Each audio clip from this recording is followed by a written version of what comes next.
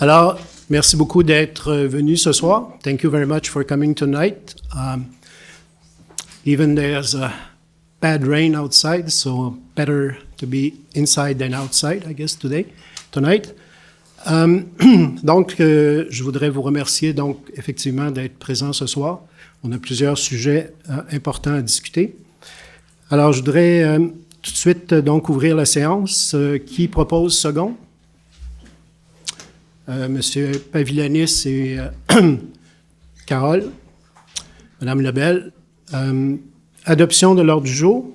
Qui propose second de l'ordre du jour? Monsieur le maire. Oui. Il y a 3 modifications, s'il vous plaît. Oui. Le premier, c'est le point 11.2. Il est retiré.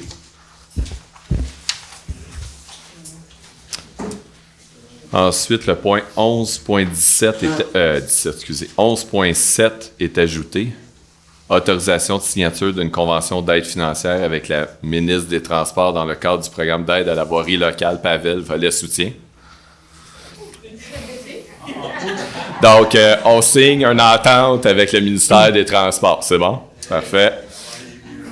Parfait. Et 16.1, qui est le dépôt d'une lettre associée à l'entente que je viens de parler. Parfait. Qui propose second?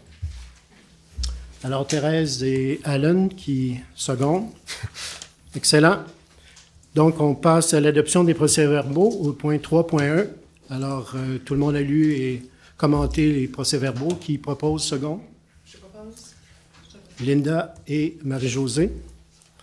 Parfait. Donc, on passe au suivi d'intérêt public. Alors, moi, j'ai 3 points à mentionner ce soir.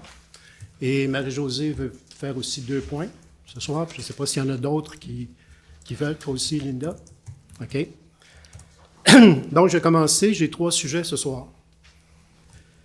Premier sujet, c'est la gouvernance. Deuxième sujet, c'est sur Raymond-Sutton. Et le troisième sujet, c'est sur l'allocation à court terme.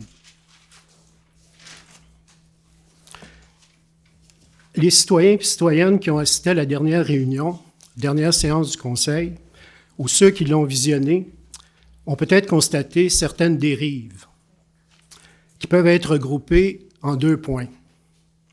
Un premier enjeu qui est lié à la gouvernance municipale, incluant une contestation du leadership du maire.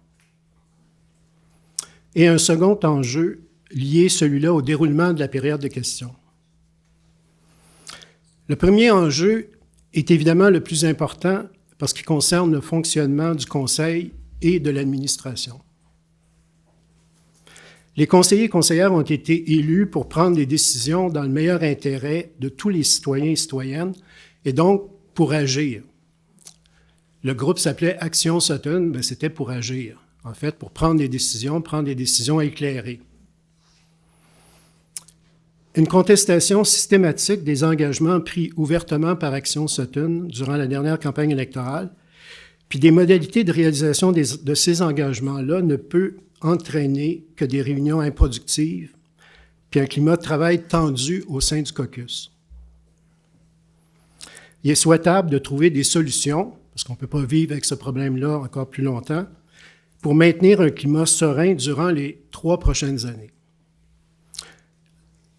En clair, il faut s'assurer que le Conseil puisse délibérer en toute transparence sur les options qui sont présentées par l'administration. Que tout membre du Conseil, et ça c'est important, puisse faire entendre son désaccord. Le droit à la dissidence, là, pour moi, c'est sacré, donc que les conseillers ne partagent pas les mêmes avis. Je pense que c'est important de le dire et de le faire savoir. Puis, il n'y a rien de mieux que d'être en séance plénière du Conseil pour faire valoir, en présence de la population, pour faire valoir ses idées. Troisièmement, que la population, donc, puisse connaître les faits, les arguments relatifs à chaque décision. Je dirais presque historiquement, il semble exister une confusion quant à la compréhension des rôles entre les élus eux-mêmes, entre les élus et le maire, entre le maire et les conseillers, entre les conseillers eux-mêmes, et aussi entre les élus et l'administration. À mon sens, il importe de clarifier ces rôles et moderniser la gouvernance le plus rapidement possible. C'est pourquoi je vais proposer, dès la première séance du Conseil en janvier, une résolution qui va viser la création de 3 commissions ou 3 comités. Pascal et Jonathan pourraient regarder au point de vue juridique si c'est mieux comité ou commission. Mais essentiellement, il va y avoir trois aspects qui vont être couverts. Le premier aspect, le plus important à mon sens, c'est la gouvernance et la participation, la planification, parce que je pense que c'est essentiel, la gouvernance dans n'importe quelle organisation, qu'il y ait des rôles clairs pour tout le monde. Un deuxième comité qui va être sur le budget et la vérification. Puis un troisième sur les ressources humaines, les ressources communautaires et culturelles. Donc, chaque comité va être présidé par un ou une élue et ça va être autre que le maire. Ce ne sera pas le maire qui va présider les commissions ou les comités. Ça va être un élu qui va participer avec un certain nombre de conseillers à faire des recommandations, du comité et les recommandations vont être transmises au conseil pour qu'on puisse prendre des décisions en séance publique. Puis c'est dans cet esprit qu'une séance de formation en gouvernance va être donnée par des experts et ça va être planifié en début d'année pour nous guider et formuler des règles adaptées à notre contexte municipal. Parce que je pense que c'est important d'être le plus efficient possible dans nos prises de décision. On ne peut pas se permettre de toujours attendre encore et de reporter les décisions. Et là-dessus, je pense qu'il y a un consensus pour valoriser les délibérations puis les prises de décision en séance publique. En tout cas, moi, personnellement, j'y crois. Et je pense que c'est la meilleure façon de faire valoir les opinions de tout le monde et de respecter la démocratie. Mais par ailleurs, puisque ces délibérations entre élus risquent d'avoir un impact sur la durée de la séance du Conseil, parce que si on prend plus de temps pour analyser les décisions les plus importantes, les décisions stratégiques, donc ça va allonger la période de délibération entre les élus. Et donc, par voie de conséquence, il faut gérer plus rigoureusement la durée de la période de questions, parce qu'il y a eu des dérives le mois dernier, devrais-je dire, où ça a duré, je pense, presque 1h30, et beaucoup trop longtemps, puis il y a des gens qui ont quitté la salle à ce moment-ci. Alors, il y a certaines mesures qui vont déjà être en vigueur ce soir. Vous avez peut-être pu le constater, on a changé la configuration de la salle. Pour avoir une idée du nombre de personnes qui souhaitent poser des questions, nous allons demander aux gens qui posent des questions de plutôt s'avancer, de faire connaître, d'aller près du micro, ici, pour les fins du caméraman qui puisse donc pouvoir filmer vos questions. Donc, d'être en attente devant le micro pour avoir une idée du nombre de personnes. Parce que ce qu'on va faire aussi, c'est que selon le règlement, il y a 2 périodes de questions de 30 minutes chacune. Et pour ce soir, on va commencer donc, puis je demande à, Jonathan, qui est notre spécialiste en informatique, va mettre le chronomètre donc du 30 minutes à partir du moment de la première question. Je vous demande de poser des questions, finalement, sans préambule, parce qu'il y en a qui ont fait des débats, là, surtout la dernière rencontre. Et je pense que c'est important de donner la chance à tout le monde de poser des questions. Donc, posez votre question sans préambule et sans débat, s'il vous plaît. Donc, le 60 minutes, on va tester durant les prochaines séances si, effectivement, c'est une bonne chose de prendre 30 minutes à la première période de questions et 30 minutes à la deuxième, parce que très souvent, la deuxième période de questions, il y a beaucoup moins de questions. Donc, si on doit remanier la portion du début, faire par exemple 40 minutes, 20 minutes, on est ouvert à ça, puis donc, c'est à l'expérience qu'on va déterminer. Mais on va toujours garder quand même un maximum de 60 minutes, tant qu'il y a un règlement de régie interne qui propose 60 minutes pour les périodes de questions. Finalement, par rapport au dossier de gouvernance, je veux juste annoncer une bonne nouvelle, je pense. Là. Les séances du Conseil vont être diffusées en direct sur la chaîne YouTube à partir de février. Donc, on a résolu le problème de diffusion de la séance du Conseil. Voilà pour le point de gouvernance et je pense que c'est une solution qui respecte les rôles et responsabilités des élus et de l'administration aussi pour qu'on devienne beaucoup plus efficace. Deuxième sujet, c'est Ravensthorn. Ravensthorn, j'ai rencontré, moi, personnellement, 430 citoyens et citoyennes durant l'année. Ça, c'est plus ou moins 10 de la population permanente à Sutton. Donc, je les ai tous rencontrés personnellement, avoir de longues conversations avec ces gens-là. Et aujourd'hui, on vient de publier un rapport, finalement, le rapport de consultation. Il est déjà disponible sur le site Internet de la Ville. C'est un très beau document. C'est un document préparé par Julie Lavallée. Vous pourrez voir le CV de Julie, voir le CV impressionnant que Julie a personnellement, mais elle a fait un travail magnifique et c'est un super beau document, facile à lire, facile à consulter, qui finalement résume les interventions de la population. Je vous invite à le lire. Et en même temps, aujourd'hui, Isabelle a fait connaître un communiqué finalement. Nous avons donc un sondage aussi. Il y a certaines personnes dans la salle qui l'ont déjà rempli. On m'a dit à la blague 5 fois. Oui, pour voter 5 fois, c'est ça. Mais c'est un sondage avec 47 questions qui reprend les principaux éléments du document et qui pose des questions. Puis on m'a dit que c'était très simple à remplir. Et c'est en français et en anglais. C'est disponible en anglais et en français. Donc, sur Internet, c'est le règlement de l'honneur, finalement. On n'a pas demandé aux gens que ce soit uniquement des résidents de Sutton. On espère que ce soit des résidents de Sutton, mais c'est le système d'honneur au bout de la ligne. Donc, c'est disponible sur Internet. Puis vous avez jusqu'au 31 décembre à partir d'aujourd'hui, du 7 au 31 décembre pour remplir le questionnaire. Et aussi, pour ceux qui ont des difficultés avec Internet ou quoi que ce soit, il y aura des copies papier justement à l'hôtel de ville ici. Vous avez simplement demandé, de remplir le questionnaire et puis de nous renvoyer le questionnaire rempli et puis on va s'occuper, nous, de l'intégrer en informatique pour avoir les résultats le plus rapidement possible. Il y a 7 thèmes dans ce questionnaire-là. La rue principale, la rue Maple, toutes les questions de mobilité, stationnement et sentiers, le site de l'ancienne usine Filtex, les infrastructures culturelles, les infrastructures communautaires, les projets spéciaux. Et les suites, c'est qu'à la suite du sondage et du résultat de toute cette discussion-là, le Conseil va se pencher à ce moment-là sur les décisions à prendre à court, moyen et long terme, puis présenter une planification des activités au début de l'année. Troisième sujet, et dernier quant à moi, c'est la location à court terme. La location à court terme, puis je voudrais remercier beaucoup les gens qui ont participé à cette consultation publique. Nous avons 114 pages de commentaires, et des commentaires, je peux dire, détaillés.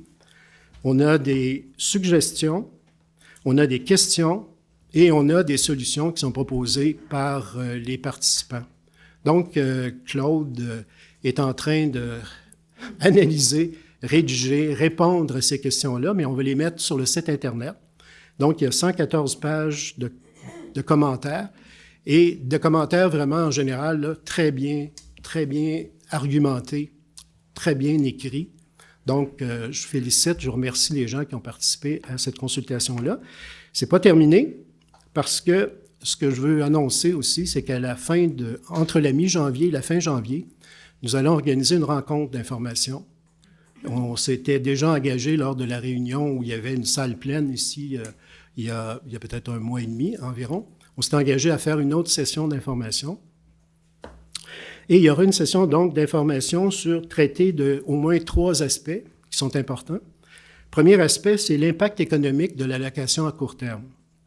Et vous le savez, peut-être ceux qui étaient présents, là, on avait parlé de Barcelone, entre autres, pour donner, c'était à peu près les seules indications qu'on pouvait avoir sur l'impact économique de la location à court terme.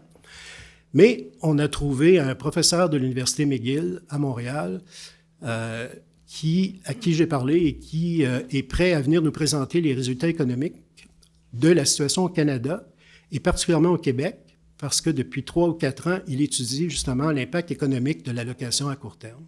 Et il travaille aussi pour le gouvernement du Québec comme consultant pour élaborer justement les politiques en matière de location à court terme. Et il va venir nous dire quels sont les résultats finalement de son étude économique là-dessus.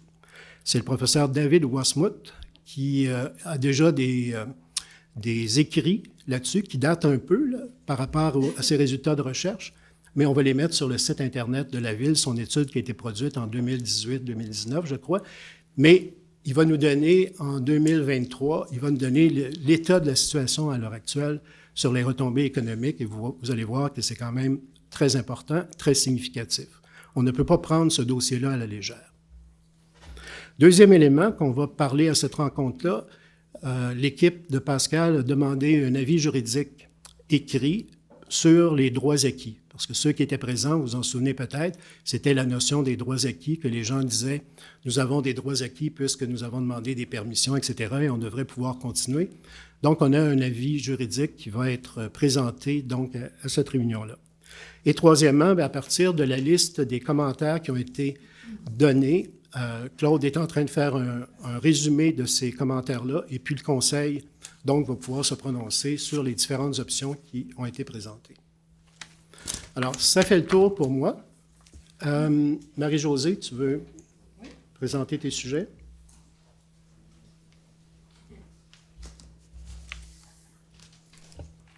Bonsoir. Alors, aujourd'hui, le monde entier a les yeux tournés vers nous. Quand je dis nous, là, c'est au Québec. C'est qu'aujourd'hui s'ouvrait la conférence des Nations unies sur la préservation de la diversité biologique, conférence qui va se tenir à Montréal à partir d'aujourd'hui jusqu'au 19 décembre prochain. C'est ce qu'on appelle la COP 15, qui est en fait l'équivalent de la COP 27. C'est les conférences des parties. La COP 27 qui s'est tenue en Égypte en novembre dernier. Alors, la COP 15, c'est sur la biodiversité. Donc, en fait, il y a des représentants de près de 200 États qui vont se réunir et qui vont définir un cadre mondial pour protéger la nature et empêcher la disparition de la vie sur la Terre. Le quart des espèces animales et végétales sont en voie de disparition. Ça représente à peu près 1 million d'espèces. Près de 70% de la faune sauvage a disparu depuis les années 70. Ça va vite, là. Au Canada, il y a une espèce sur 5 qui est en situation de vulnérable. Pourtant, la diversité biologique, la vie, en fait, les écosystèmes, et c'est indispensable à la vie, naturellement, et aux humains pour réguler le climat, pour filtrer l'air, filtrer l'eau. Pour notre alimentation, on a 75% de notre alimentation qui dépend de la pollinisation. Pour s'approvisionner en médicaments, 70% des médicaments contre le cancer proviennent directement là, de la biodiversité. Et pour notre bien-être aussi. Donc, le principal objectif de cette convention, puis le Québec et le Canada réclament également ce niveau-là, c'est de protéger le territoire, de créer des aires protégées. Et la cible, c'est d'atteindre 30% d'ici 2030 pour les milieux terrestres et les milieux marins, avec des jalons mesurables. Au Québec, actuellement, on protège 17%.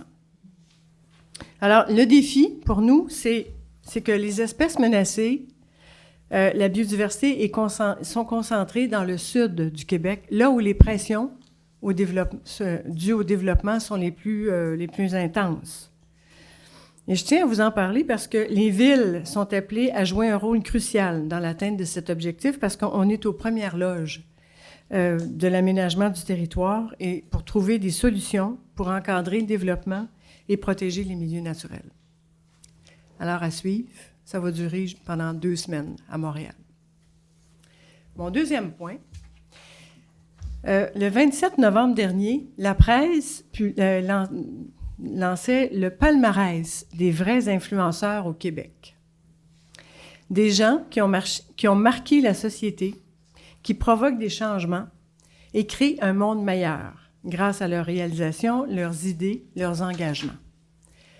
Louise Gratton, une citoyenne de Sutton, figure parmi les grands noms de ce palmarès, avec Sophie Brochu, Boucard Diouf, Stanley Volant, Farah Alibé, l'astrophysicienne, et il y en a bien d'autres. Il y en a 15 autres. 14 autres, en fait. Madame Gratton écologiste de première heure, se démarque par sa vision, sa rigueur, sa capacité à mobiliser les communautés pour la protection de la biodiversité.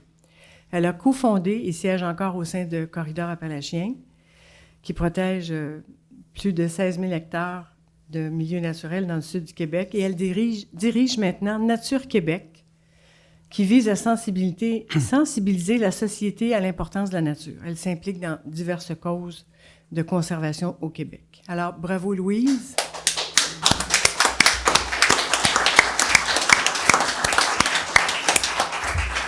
Merci. Merci Marie-Josée. Linda?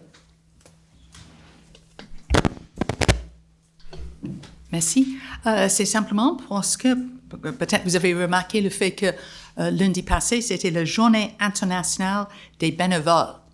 Donc, je profite encore une fois de remercier tous nos bénévoles qui est vraiment à la cœur de notre collectivité.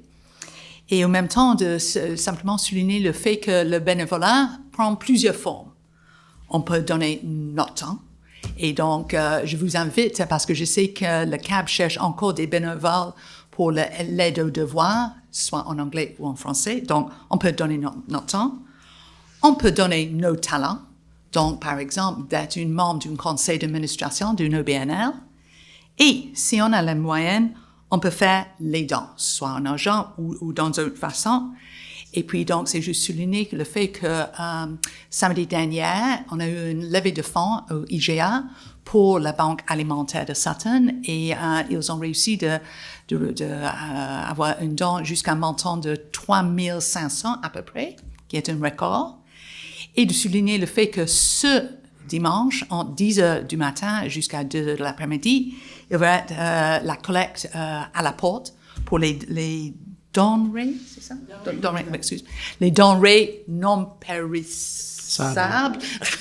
Donc, pas des pintes du lait, par exemple.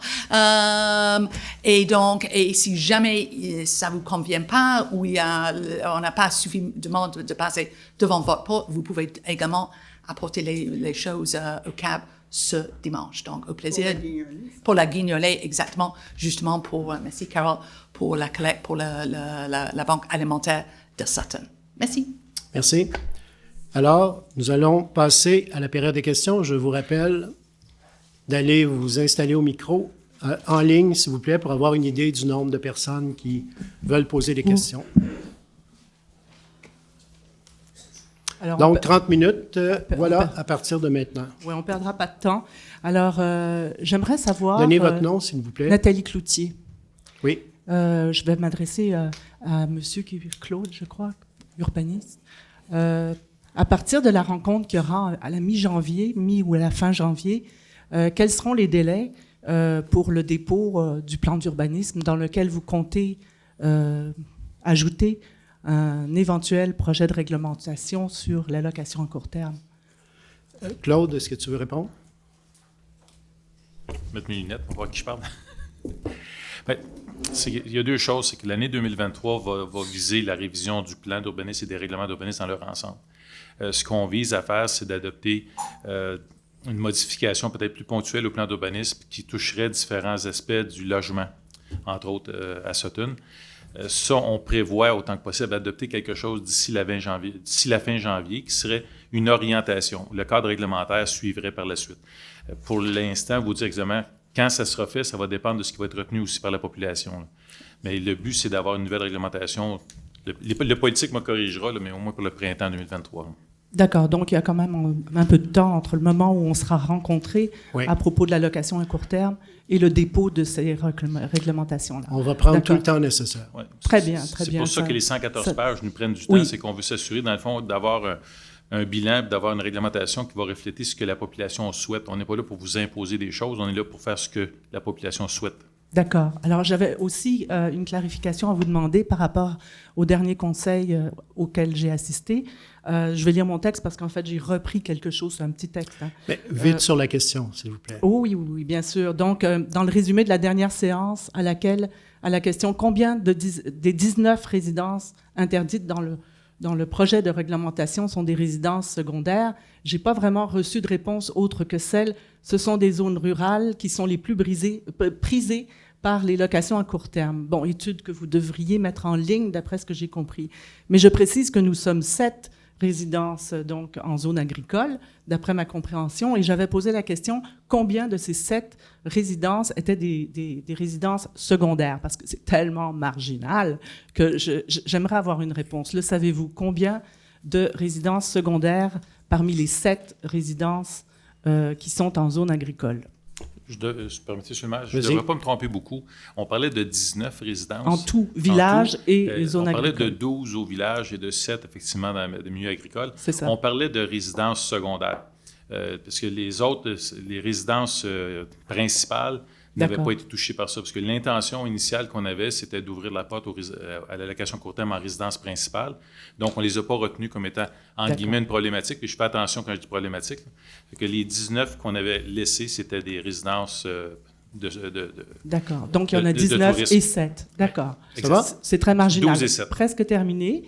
Concernant le projet dont vous avez parlé, dont vous allez parler, excusez-moi, je me précipite là, mais pour le 14 décembre prochain, cette maison qui serait éventuellement construite en zone de conservation, j'ai regardé la recommandation du Conseil à ce sujet, qui semble favorable, et ça m'a beaucoup étonnée d'ailleurs parce que les plans ne montrent pas de cabane à sucre. Alors je me demandais 2 choses. Quel était le nombre d'acres sur cette propriété le propriétaire qui demande de construire une maison sur, je pense que c'est la rue Old Notch, là, je ne sais pas. Et 2, où sont les croquis ou les dessins, les plans de la cabane à sucre? Enfin, je ne comprends pas je comprends que le débat va avoir lieu le 14, mais j'aimerais avoir ces informations-là avant le 14. Donc, le nombre d'acres, et puis pourquoi la cabane à sucre n'est pas dessinée avec cette maison dans le document de présentation. Vous prenez un peu de cours. Les dossiers du 14, je ne les ai pas ce soir, là, mais je peux en prendre bonne note. On va trouver la réponse. Oui. Et je vais l'avoir quand? Je vais l'avoir le 14? Ben, on va essayer. Est-ce que vous pourriez la mettre en ligne On va la avant? mettre en ligne. Oui, Parce que je ne comprends pas pourquoi, en terminant, on puisse penser à interdire la location à court terme en zone agricole et autoriser dans une zone de conservation là, on fait le bâti. OK, je ne vais pas faire le débat là-dessus, on va le faire le 14. C'est tout, mais je Simplement tiens à noter dire que pour les grandeurs des terrains, tout ça est accessible sur Internet. Non. J'ai regardé les plans, mais j'ai pas vu les arbres. Laissez-moi terminer. Excusez-moi. Donc, tout ça est accessible sur Internet et je le dis à tout le monde, quand vous allez sur le site web, vous allez dans la section urbanisme, il y a la matrice graphique. Je l'ai vu, mais Et en cliquant, en rentrant le numéro de l'eau, vous avez les grandeurs des terrains, etc. OK, il faut cliquer sur le numéro de l'eau. Oui. Il faut D'accord. rentrer le numéro. Et le dessin de la cabane à sucre? Ah, mais là, on va le trouver. On va trouver le dessin. Linda, tu veux ajouter quelque chose? Oui, juste une petite précision, Madame Cloutier. C'est juste pour être clair que c'est résolu par le CCU de recommander au Conseil d'approuver, mais le Conseil n'a pris aucune position concernant cette demande-là. Absolument. Monsieur, bonsoir. Donnez votre nom, s'il vous plaît. Vous tous, François Faust.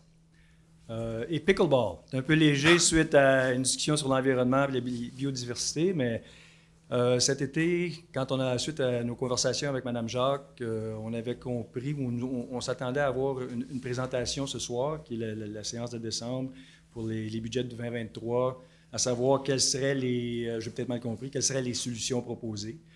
Alors, c'est un petit peu pour faire acte de présence qu'on est encore là. Okay. Puis, La présentation du budget, c'est mercredi prochain, le 14. OK, fait que c'est pas c'est pas aujourd'hui. Non. Puis à ce moment-là, les solutions proposées devraient il y a un ensemble, évidemment, c'est très macro au niveau du budget, là, comme tel. C'est l'ensemble du budget qui est présenté. Je pense pas qu'on va aller dans le détail du pickleball. Là. Mais à ce moment-là, comment est-ce qu'on peut se tenir au courant de ce qui se passe? Premièrement, tout va être sur Internet. Toute la documentation va être sur le site Internet. Et puis, vous allez pouvoir y assister à la présentation du budget si vous pouvez vous déplacer. Ouais. Okay. Mais elle va être enregistrée. Elle va être enregistrée aussi, puis c'est disponible 2-3 jours plus tard, grosso modo. OK? Merci. Madame? Fiona Campbell. C'est sûr que certainement... Vous pouvez poser les questions en anglais, si vous voulez aussi. Hein? Oui. À votre choix. OK. Well, certainly Sutton needs more affordable housing, but my question is, do you believe that your project of developing the Vieux Verger, est-ce que ça c'est la meilleure façon de combler cette lacune?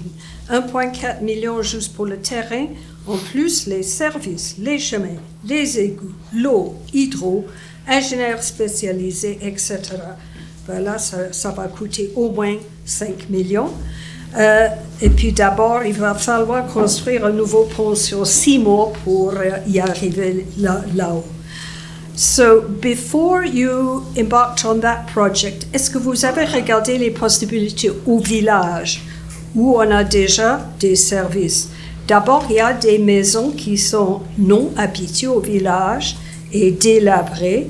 Est-ce qu'il n'y a pas façon que vous pouvez encourager ces gens à vendre le terrain, qu'on puisse construire des triplex ou même un grand terrain de triplex, ou la possibilité d'encourager les gens qui construisent ou qui rénovent à inclure un logement, un appartement qu'ils puissent louer, comme avec les subventions. Donc, c'est ça ma question. Oui. Bien, c'est une question large, là, puis j'ai déjà répondu plusieurs fois ici à cette question-là sur la stratégie de développement de l'habitation, là. On a le projet Habitation abordable Sutton, qui est 18 logements sur la rue principale, qui sont des logements subventionnés par la Société d'habitation du Québec. On avait annoncé que tout devait démarrer rapidement. Malheureusement, il y a eu petite difficulté au niveau du financement, mais on espère, Pascal a discuté avec les gens cette semaine, je crois, puis il y a probablement une possibilité d'aller de l'avant avec le projet. Donc ça, c'est un projet. On a des projets, effectivement, en termes d'urbanisme. On va encourager, finalement, les bâtiments accessoires à la ville. On va changer la réglementation pour permettre, justement, des bâtiments accessoires. On va regarder très attentivement, puis on a un avis favorable pour développer des mini-maisons, beaucoup plus petites, à ce moment-là, pour les logements abordables. On regarde des projets, justement, de conversion d'infrastructures actuelles pour donner du logement à des travailleurs à Mont-Sutton et puis les commerciaux. On regarde d'autres possibilités. Le Vieux Verger, ce n'est qu'une des possibilités. Quand vous dites 7 millions, c'est pas 7 millions, là, c'est 1,4 million, mais le 1,4 million, on va le revendre, la ville. La ville, je l'ai dit, on ne va pas le garder ad vitam aeternam. On va revendre le plus rapidement possible à un promoteur et c'est le promoteur qui va payer les infrastructures. Donc, à ce moment-là, la stratégie de développement économique de la Société centrale d'hypothèques et de logement, c'est de favoriser justement la création de... Il faut augmenter l'offre de logement, puis l'offre de logement le plus économique possible dans un contexte inflationniste qui est très difficile, évidemment. Mais on va faire le maximum pour offrir des logements à toute la population. Oui? Oui? Juste pour souligner ce que vous avez mentionné, Mme Campbell, concernant l'accessibilité à des logements abordables. Lors de la révision de la politique famille et des aînés, on a fait comme un portrait statistique. Et un chiffre qui m'a vraiment frappé, et j'imagine que ça va être la même chose pour tout le monde, c'est que si on considère le pourcentage des ménages propriétaires et locataires consacrant 30% ou plus du revenu total à leur logement, qui est grosso modo la notion. À travers le Québec, le chiffre, c'est 19%. Ici, à Sutton, c'est 38%. Donc, le besoin criant vraiment des logements abordables, donc cela veut dire que en bas de ce seuil de 30%, c'est très clair. Merci pour votre intervention. Oui, merci. Oui, prochain. Bonjour, Diane Duchesne. Ma question est au sujet de la révision du plan d'urbanisme suite au contrôle intérimaire pour la construction sur la montagne. La MRC avait, je crois, vous avez donné à la Ville jusqu'à fin décembre, janvier, pour représenter son plan d'urbanisme revu et corrigé. Oui. On en est où? C'est ce qu'on va respecter. On va respecter, ça va être janvier, je pense. Les discussions, Claude, que tu as eues avec les gens de la MRC, c'est la mi-janvier. Puis à la mi-janvier, nous, on va proposer justement une motion qui va présenter nos changements réglementaires. Puis c'est nous qui allons prendre notre responsabilité du RCI, du règlement de contrôle intérimaire. OK, il va rester en vigueur, là. Mais sous notre gouverne. Sous notre gouverne et pas celle de la MRC. OK. C'était l'entente. Permettez, M. le maire, juste apporter juste une petite précision. Allez-y. On ne dépose pas un nouveau plan d'urbanisme pour la fin janvier. C'est une modification au plan d'urbanisme actuel pour tenir compte de la problématique de la montagne. Ouais. Fait que la révision du plan d'urbanisme va se faire au courant de l'année 2023 avec la participation des citoyens. OK, C'est Ça deux va? choses différentes. Oui. Merci. Bonsoir, Maurice Richard. Ma première question concerne le vieux verger. Je me demande pourquoi la Ville n'a pas imposé plutôt une réserve pour fin public sur ce projet-là, au lieu de proposer de l'acheter. Ben, là, en fait, l'option, c'était de pouvoir l'acheter parce que les promoteurs étaient prêts à le vendre. Et puis nous, on voulait plutôt conserver la possibilité de développer le projet selon nos conditions. Parce que ce qu'il faut comprendre très clairement, je le dis à tout le monde ici depuis plusieurs fois, là, comme on n'a pas changé les règlements d'urbanisme, puis ça prend du temps de faire ça, nous sommes obligés aujourd'hui d'accepter des projets qu'on ne refuserait, qu'on ne voudrait pas, qui ne correspondent pas à la ruralité. Puis mes collègues ici au comité d'urbanisme savent ce qu'on veut dire à un moment donné. Il y a des gens qui font du copier-coller avec des projets qui ont lieu à Brossard ou ailleurs, dans des banlieues, puis qui voudraient amener ça en plein cœur du village. C'est pas ce qu'on veut ici à Sutton.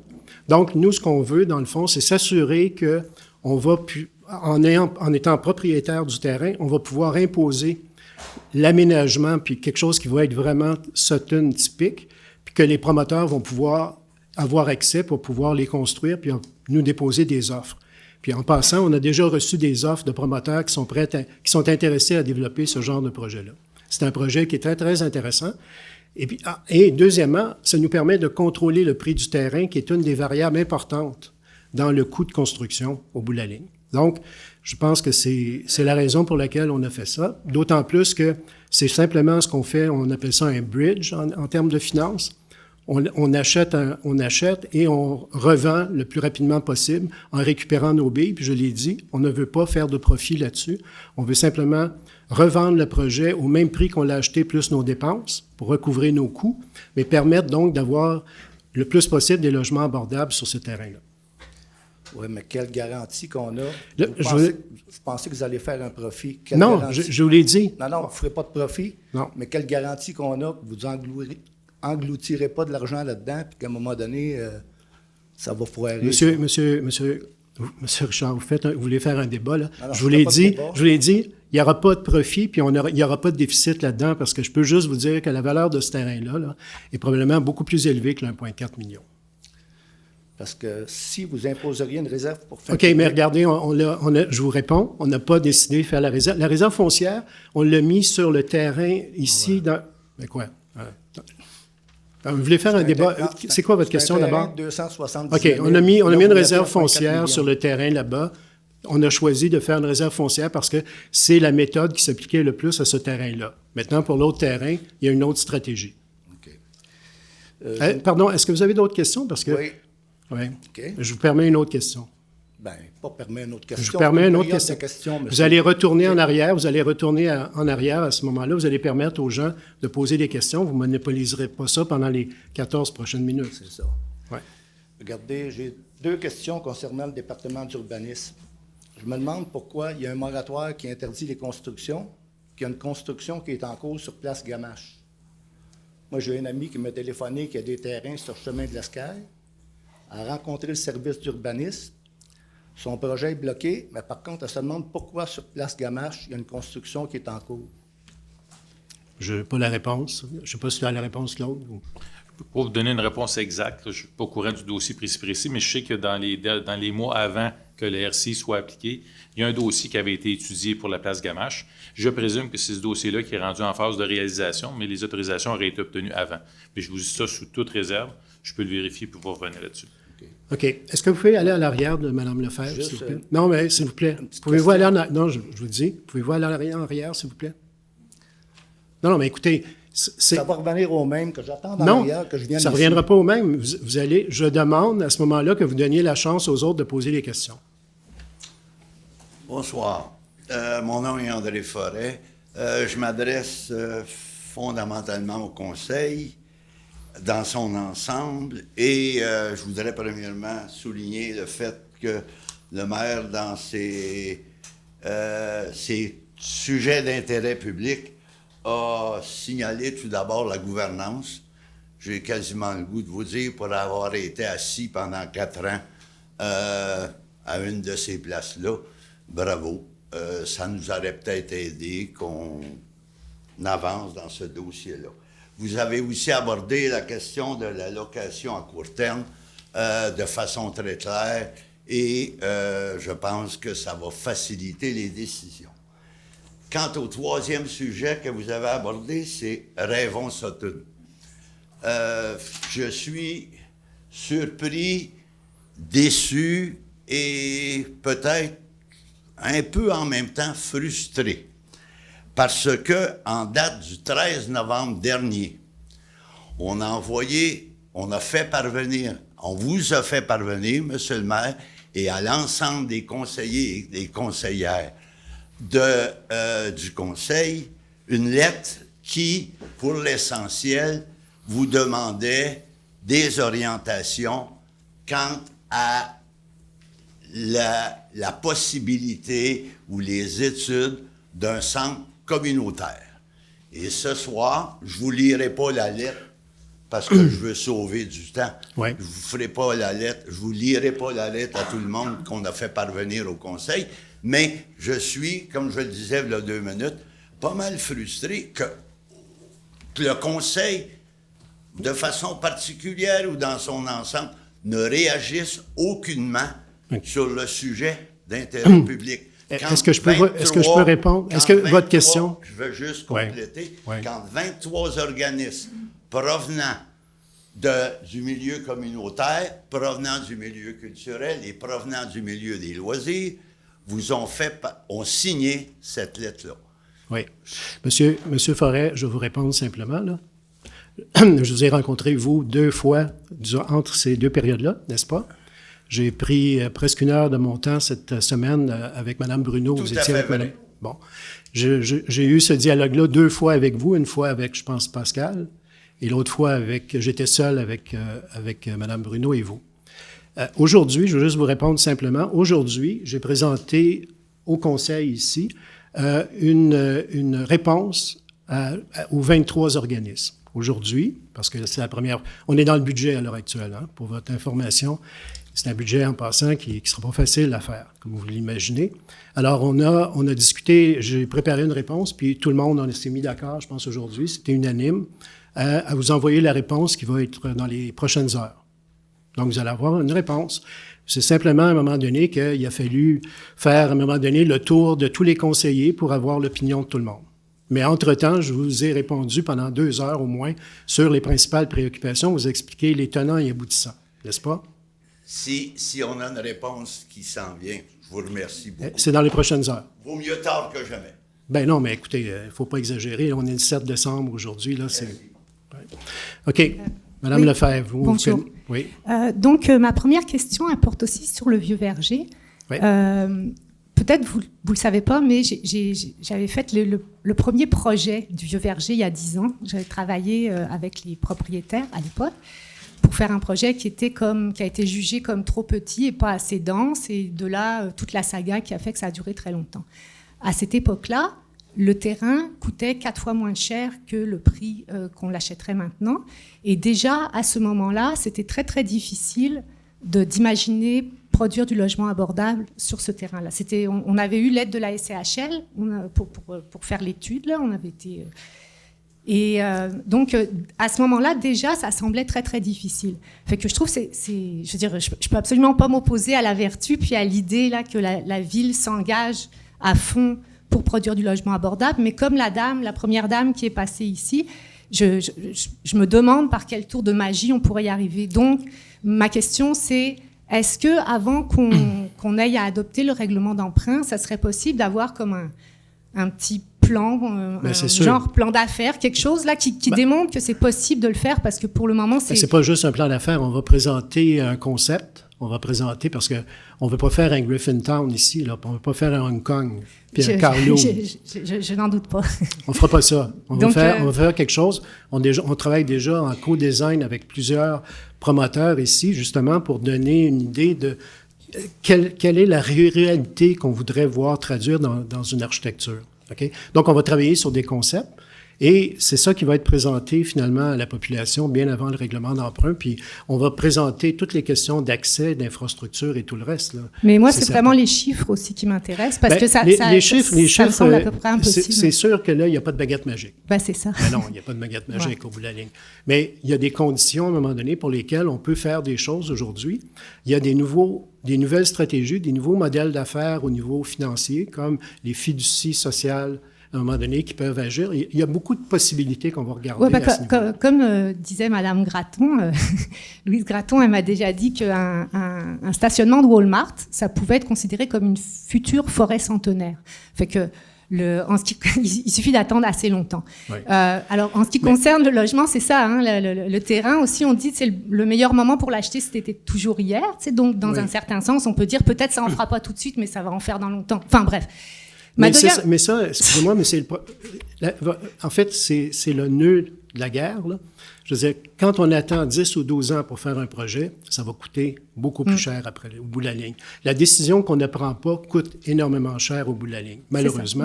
Puis, il n'y aura pas de baguette magique au bout de la ligne. Mais c'est ça. Mais en tout cas, je suis bien curieuse. Deuxième petit sujet, toujours dans mon quartier.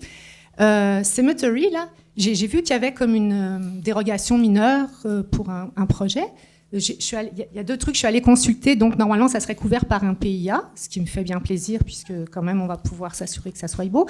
Mais l'autre question, c'est, à ma connaissance, il n'y a pas de tuyau à cet endroit-là.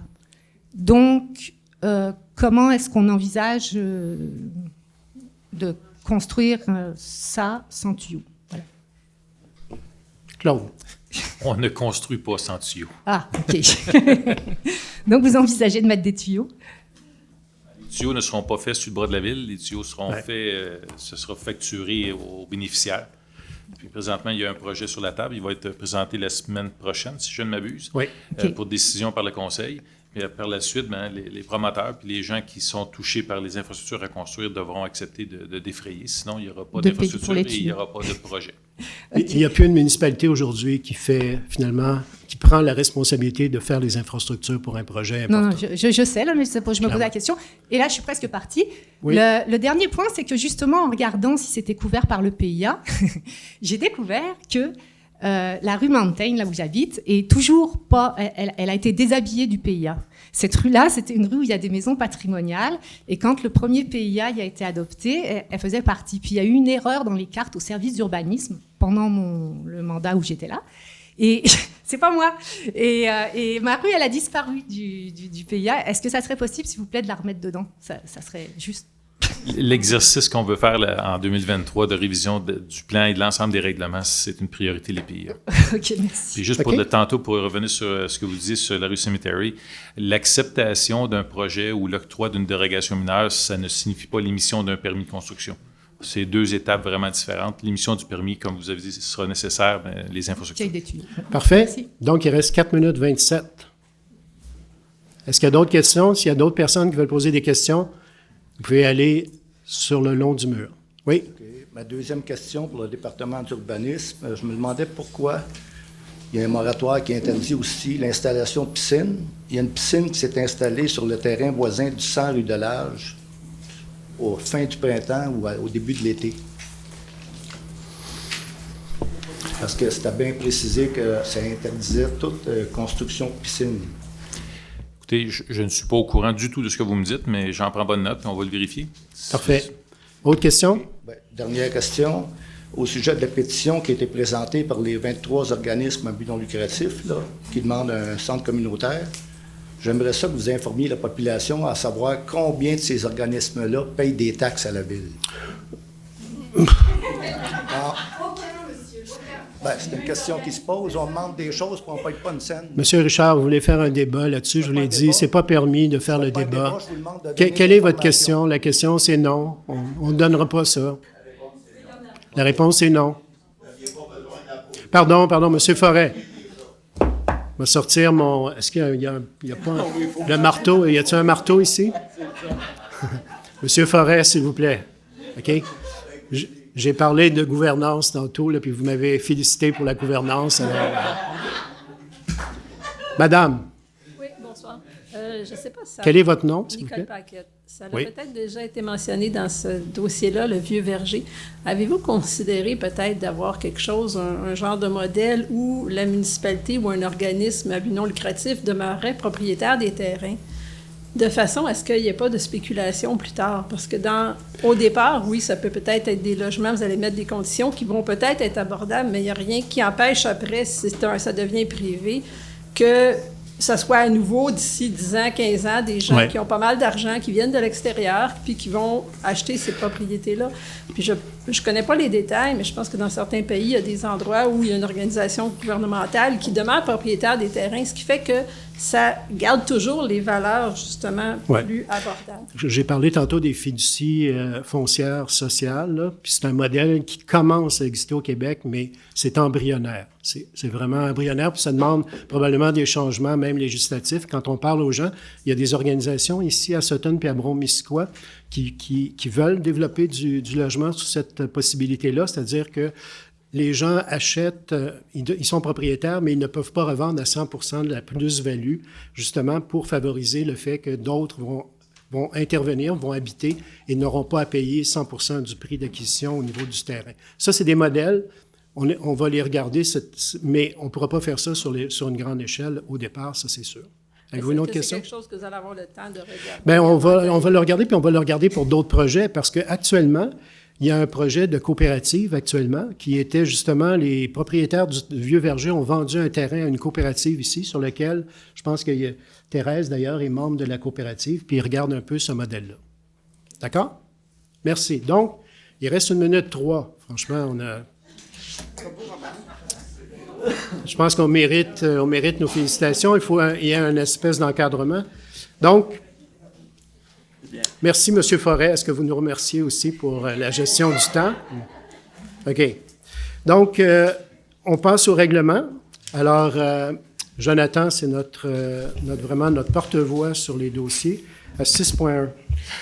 Donc, 6.1, vous avez adopté l'avis de motion et le projet de règlement à la dernière séance. C'est le règlement 208-5 qui modifie le règlement sur les règles de contrôle budgétaire. Donc, c'est d'ajuster les montants délégués pour refléter un peu mieux la réalité. Ensuite, d'accorder au directeur général la possibilité d'engager du personnel syndiqué sans avoir votre autorisation initiale. Et le dernier, c'est moi, d'autoriser, de faire en sorte que le greffier signe tout contrat qui a une durée de plus de 6 mois.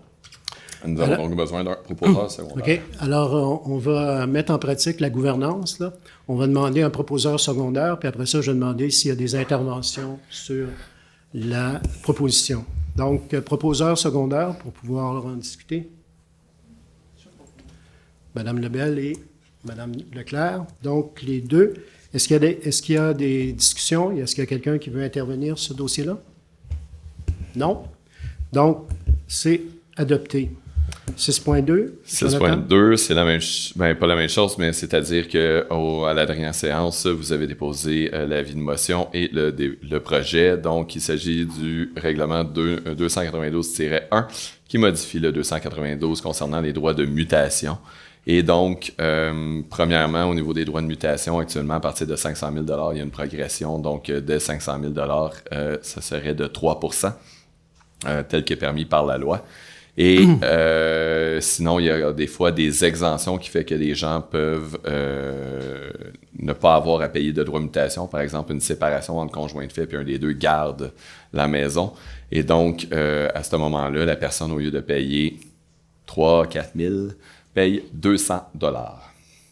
Proposeur secondaire. Versus 0, soit dit en passant. Actuellement, il payerait juste rien en vertu de l'exemption. Pardon. Excuse-moi. Il n'y a pas de problème. Proposeur secondaire. Alain et Carole. Est-ce qu'il y a quelqu'un qui veut intervenir sur ce dossier-là?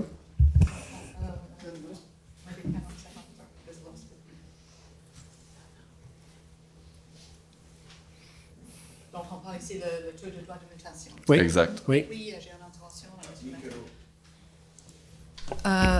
Monsieur... ouais, excuse-moi. Been a long day.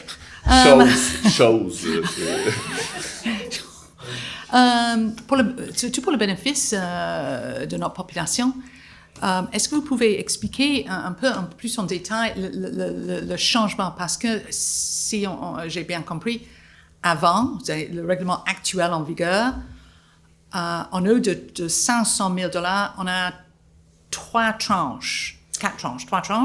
Maintenant, on va avoir une seule tranche.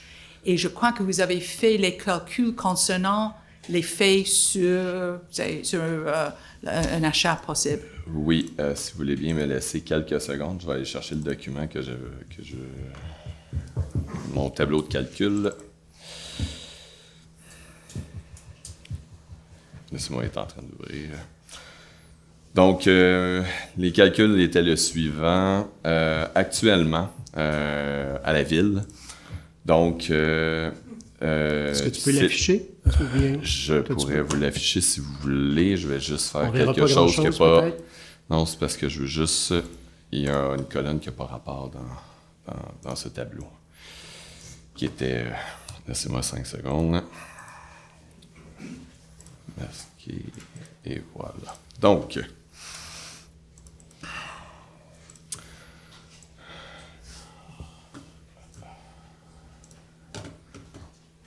Voilà. Donc, vous avez... Excusez, je vais bouger mon micro parce que sinon ça ne suivra pas. Donc, vous avez dans la colonne de gauche la valeur d'une résidence. Vous allez voir que jusqu'à 266 000 $, c'est ce que la loi prévoit, soit dit en passant. On ne peut pas y déroger. Ensuite, à partir de 266 jusqu'à 500 000, c'est aussi ce que la loi prévoit. Donc, le 1,5 %. À partir de 500 000, dépendamment de ce qu'il y en est, techniquement, la loi prévoit 1,5 %, mais les villes peuvent y déroger à partir de 500 000. C'est 500 000 et 1 $, là, c'est vraiment au-dessus de 500 000. Et donc, actuellement, ce qu'on a de nous, c'est 2 %. Ensuite, 2,5 % à partir de 750 000 et 1 $, et 3 % à partir de 1 million et 1 $. Et donc, la différence, c'est qu'à partir de 500 000, la ville va tomber à 3 % jusqu'à vitam aeternam. Donc, la différence au départ à 500 000, elle est nulle. À partir de 600 000, on parle d'environ 1 000 $. Et bon, à chaque, selon la progression, là, on parle de 1 000 à 2 000 $, mais à partir de 1 million, ça revient, la progression demeure la même. Oui, continue. Oui, OK. Donc, le point que j'ai soulevé à mes collègues, c'est que le Conseil a adopté des taux différentiels au-dessus de 500 000 en 2019. En 2019, la valorisation municipale moyenne était de 300 000. Donc, maintenant, ce chiffre est 460 000 $. Alors, donc, j'ai proposé que... et puis, donc, j'ai fait le tour les taux de droit de mutation dans d'autres municipalités, comme Lac-Brome, Bromont, Cowansville et Farnham.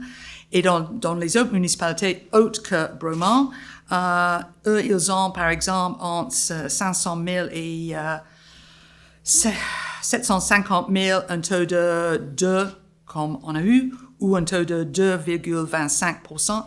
C'est juste à Bromont qu'ils ont le même chiffre qu'on a proposé de 3 %. Donc, ma réflexion, c'est que, encore une fois, on pénalise les personnes qui veulent acheter une maison qui est maintenant comme une valeur moyenne d'une demi-million. C'est effrayant d'imaginer qu'une maison d'une demi-million, c'est une valeur moyenne. Alors, donc, j'ai proposé plutôt d'augmenter, mais pas de faire le saut de 2% à 3 %, mais peut-être un point comme 2,25. Selon ma compréhension, le Conseil, la majorité du Conseil n'était pas d'accord. Donc, c'est pour ça que je ne propose pas une alternative, parce que j'ai compris que c'est pas d'intérêt du Conseil, mais quand même, je vais demander le vote, M. Leblanc. Parfait. Mais on va expliquer aussi pourquoi nous sommes contre. Oui, Mme Lebel. Si j'ai bien compris, en haut de 500 000, ça représente 25 de l'ensemble des propriétés, parce que 75 de l'ensemble des propriétés représentent moins de 500 000 Et pour la tranche 500 000, 1 million, est-ce qu'on a une idée de sa représentativité? Est-ce qu'on... C'est 15 Nous, en ce moment, voyons voir.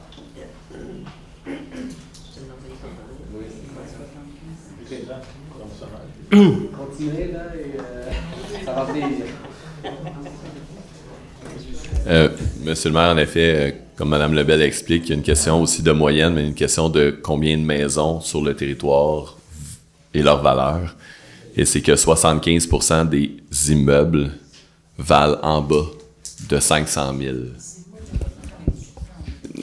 Oui. Mais de toute façon, on va continuer le tour de table. Est-ce qu'il y en a d'autres qui peuvent s'exprimer? Moi, je vais m'exprimer, mais est-ce qu'il y en a d'autres? OK. Le point important qu'il faut mentionner, là, puis la raison pour laquelle nous ne sommes pas en faveur de ce que Linda propose, c'est que fondamentalement, les citoyens de Sutton ont profité durant les dernières années, durant au moins les 2 dernières années plus spécifiquement, de la taxe de mutation immobilière. Vous allez le voir au budget. La taxe de mutation immobilière a couvert les opérations courantes de la municipalité. D'autres termes, il y avait un déficit dans les opérations. Ça nous coûtait plus cher opérer la ville de Sutton, puis au lieu d'augmenter les revenus puis les taxes, on a profité de la manne provenant de la spéculation, de la gentrification, appelons ça les choses par leur nom, là. La mutation immobilière qui a eu lieu durant les 2-3 dernières années, ça a été exceptionnel.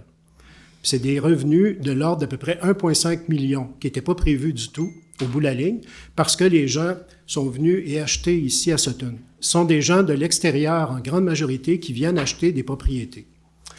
Est-ce que, dans le fond, nous, en donnant un petit cadeau de 0,5 % par exemple à ces gens-là qui viennent de l'extérieur, ils viennent acheter l'attractivité de Sutton. Ils viennent acheter Sutton qu'on a tout le monde construit depuis des années. Pourquoi on leur donnerait un bénéfice de 0,5? Est-ce que ça va les acheter? Est-ce qu'il va y avoir plus de gens qui vont acheter? Moi, je dirais au contraire, il risque d'avoir finalement beaucoup plus de gens qui vont vouloir faire de la surenchère. On le sait, là, on a vécu la surenchère. Il y a eu des fois, sur certains immeubles au centre-ville ici du village, là, 10 ou 12 offres. OK? Puis une des raisons pour laquelle, là, quand on va parler des évaluations puis du budget la semaine prochaine, le village là, a augmenté d'à peu près 40 à 50 % OK, sur sa valeur. Il y a eu des transactions, les maisons ont doublé de valeur, malheureusement, pour toutes sortes de raisons. Ces gens-là qui achètent de l'extérieur ou quoi que ce soit, en majorité, je crois, qui viennent s'installer à Sutton, bien, ils payent 4 % de commission à un agent immobilier. Puis ça, 4 % j'ai parlé à des agents immobiliers, c'est une moyenne. Donc, ils savent que ça va coûter 4 % en commission. Ils savent que qu'il va y avoir une mutation immobilière de 2 à 3 %. Ils savent, c'est déjà dans leur coût de financement, c'est dans le coût d'acquisition. Pourquoi nous, à ce moment-là, on tirerait moins de revenus alors qu'on a un déficit de revenus? C'est contradictoire complètement avec ce qu'on va dire, parce qu'on va encore devoir, dans le budget, je vous l'annonce, vivre avec le vieux gagné. Il va falloir vivre avec le surplus non accumulé. On veut-tu diminuer le surplus non accumulé actuellement, qui nous fait couvrir nos opérations? Question qu'à un moment donné, il faut y réfléchir. Donc moi, je propose absolument pas. Ce sont des coûts, finalement, de gens qui viennent s'installer à Sutton, puis qui payent, puis ils payent la commission, puis ils payent le reste des frais pour venir s'installer ici à Sutton. Monsieur le maire, si vous me permettez, la réponse à la question de Mme Lebel, donc les immeubles entre 500 000 et 600 000, c'est 8 % des immeubles suttonnais. J'ai besoin d'une question très naïve pour ma part. La taxe de mutation, elle est chargée sur la valeur de vente du marché ou sur la valeur uniformisée? La valeur la plus haute entre les deux. Donc, si la vente est faite à une valeur moindre que la valeur municipale, la taxation du droit de mutation est sur la valeur municipale. Si la valeur est plus haute, c'est sur la valeur la plus haute. Et ça, c'est selon la loi sur les droits de mutation. Merci. Est-ce qu'il y a d'autres interventions? Non, malheureusement. Si vous pouvez intervenir, c'est à la fin, à la deuxième période de questions. Est-ce qu'il y a d'autres interventions avant de passer au vote? Alors, qui est en faveur de... Comment on fait ça, Jonathan, encore? Est-ce qu'on prend la résolution de...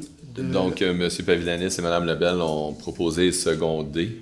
Oui. Le vote a été demandé par Mme Graham. Donc, qui est pour l'adoption du règlement tel que proposé? M. Benoît, Mme Leclerc, Mme Auclair, M. Pavilanis et Mme Lebel. Et qui est contre? Mme Graham, donc adopté à la majorité. Oui. Est-ce que j'ai compris que vous avez voté, M. Benoît? Oui. Dans une question de gouvernance, je trouve que c'est plus équitable de laisser faire les membres du conseil de voter avant que vous décidez de voter ou non. J'ai pas de problème. Merci. J'ai pas de problème. On apprend toujours en termes de gouvernance. 6.3, avis de motion sur le règlement 330 sur la tarification pour le financement de certains biens. Donc, oui, 6.3, je vais faire 6.4 en même temps, si vous permettez. On fera les deux, un après l'autre, pour l'avis et le dépôt. Donc, c'est le nouveau règlement sur la tarification sur le financement des biens, services et activités de la Ville pour l'année 2023. Chaque année, on adopte un tel règlement. En général, il y a une certaine indexation là, des prix, dépendamment de ce qu'il y en est. En urbanisme, ça change très peu. Au niveau des travaux publics, il y a l'indexation associée au coût. Au niveau des loisirs et culture aussi, il y a une certaine indexation associée habituellement au coût. Et donc, le projet, ceux qui veulent le constater, est sur Internet. D'ailleurs, on a modifié un peu la forme pour qu'il soit un peu plus simple à lire et à comprendre et plus facilement consultable. Donc, il est plus en mode, disons, tableau, si on veut. Et voilà. Donc, l'avis de motion, quelqu'un pour donner l'avis de motion et ensuite quelqu'un pour donner le dépôt. Oui, proposé par Thérèse et Marie-Josée. Parfait. Le dépôt, c'est simplement un dépôt, donc? En effet, le dépôt de 6.4, c'est Madame... au niveau réglementaire, les dépôts sont faits par un conseiller. Okay. Donc, on est rendu à 7.1. La déclaration des intérêts pécuniaires des membres du conseil. Donc, ça a été fait. Est-ce qu'on a tout le monde? Parce qu'il manquait... Il me manque M. Pavilanis. Excusez-moi. OK. C'est un dépôt. Donc, ça sera fait tout de suite. Je vais vous relancer dans les prochains jours. Et 7.2, c'est le dépôt du registre public des déclarations des élus. Donc, c'est finalement, si un parmi vous a fait une déclaration à l'effet qu'il aurait reçu un don de 0$ ou de plus de 0$. C'est un don de 0$, c'est un coupon rabais chez IGA. Donc, un don de plus de 0$ qui pourrait l'influencer dans le cadre de ses activités. Et la réponse est personne. Exactement. 8.1, c'est la confirmation de Virginie Soriol au poste de secrétaire de la direction générale et de la mairie.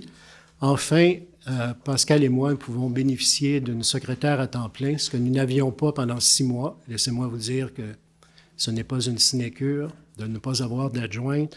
Et Virginie est d'une efficacité remarquable. Donc, nous allons proposer. Qui propose? Marie-Josée Allen propose seconde.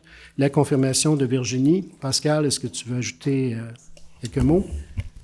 En fait, oui, effectivement, ça a été ardu de se trouver une adjointe à M. le maire et moi. Il faut croire que Virginie est vraiment faite tough. Donc, on la remercie pour sa résilience. Non, sérieusement, elle fait un excellent travail. On est vraiment content de pouvoir compter sur elle. Donc, félicitations, Virginie. Merci. Donc, trésorerie, c'est des dépôts, les 2 prochains sujets. Le rapport des paiements effectués pour la période du 1er novembre au 30 novembre, c'est un dépôt. Et dépôt du rapport des dépenses autorisées aussi. Et l'examen et l'approbation de la liste des comptes à payer, ça, je pense, ça prend un proposeur secondaire pour la liste. Qui veut proposer seconder? Je propose, M. le maire. Merci. Qui d'autre pour seconder? Allen? Parfait. Urbanisme et aménagement du territoire. C'est le dépôt, encore une fois, des procès-verbaux du comité consultatif en environnement. Le dépôt du procès-verbal aussi du comité consultatif de la séance du 25 octobre, donc 25 août, 25 octobre. Et le 10.3, c'est le plan d'implantation d'intégration architecturale sur un bâtiment accessoire sur la rue Pleasant. Monsieur Théberge. Oui, M. le maire, effectivement, c'est une demande de PIA pour un bâtiment accessoire sur la rue Pleasant. Le projet a été évalué par le comité consultatif en vertu des critères et objectifs du règlement. Le comité ne recommande pas d'approuver le projet, prétextant qu'effectivement, il ne rencontre pas l'ensemble des critères et qu'il ne s'harmonise pas au bâtiment principal sur le site.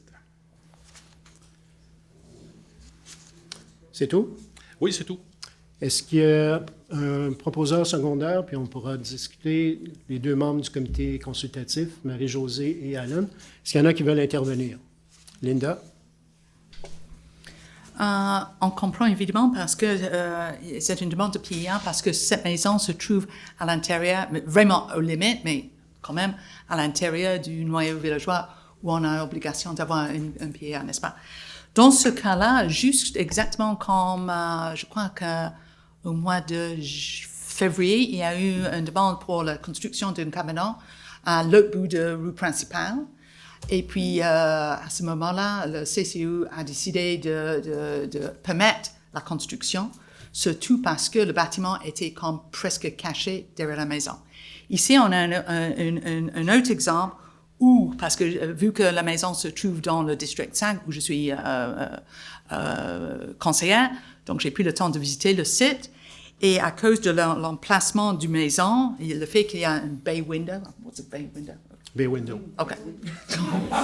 Une fenêtre en baie. Une fenêtre baie. C'est assez comme caché, surtout parce que c'est vraiment au bout de terrain. L'autre élément, c'est que je vois dans la documentation que, si j'ai bien compris, ils ont l'intention de construire un cabinet, mais avec un toit vert, donc un toit végétal, avec un couvert végétal, que je trouve qui est tout à fait approprié selon les changements climatiques. Il me semble que c'est exactement le genre de projet qu'on va encourager. Mais le CCU a décidé plutôt de dire que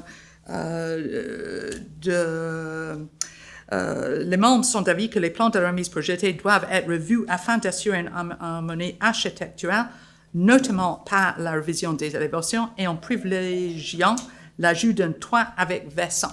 Donc, il me semble que c'est plutôt d'encourager les principes plus verts, de toujours continuer avec une façon de construire un peu hors date, et vu que le cabinet est peu visible de la rue Pleasant qui est devant, on note également que si on veut faire les changements dans un bâtiment qui est à l'arrière de la maison, pas nécessaire de passer par un PIA. Donc, pour les raisons évoquées, j'invite mes collègues peut-être de repenser le fait que vous allez refuser cette demande.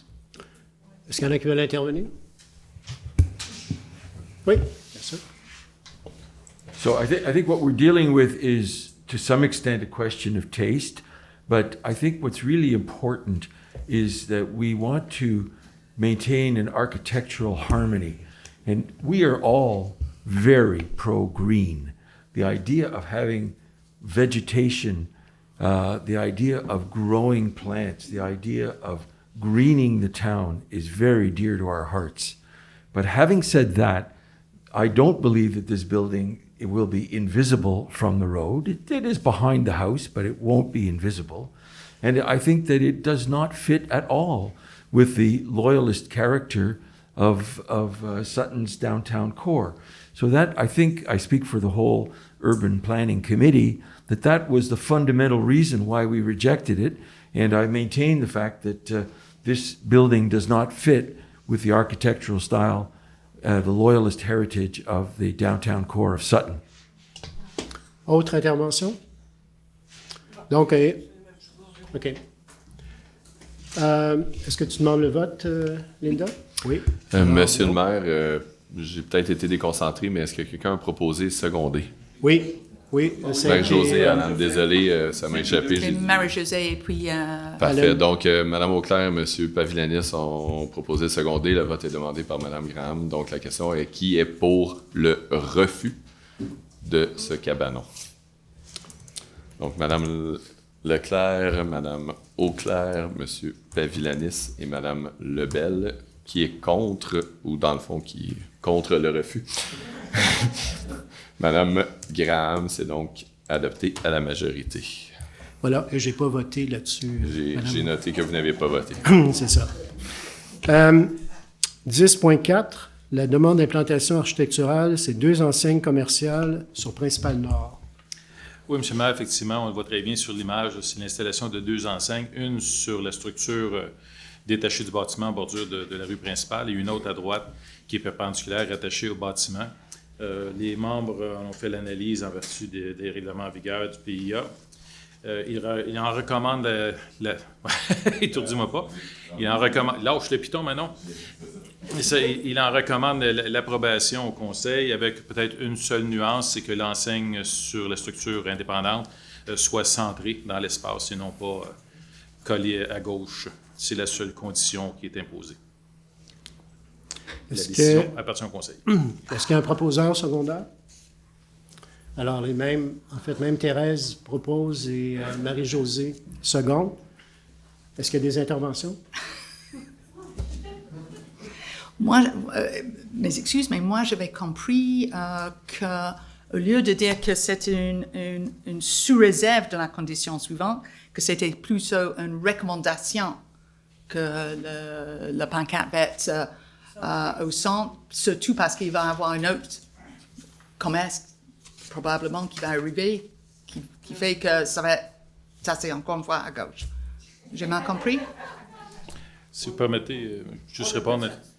Ça, dans le fond, l'idée, Mme Graham, c'est que le comité recommande, c'est que présentement, la situation qu'on connaît, c'est celle-là.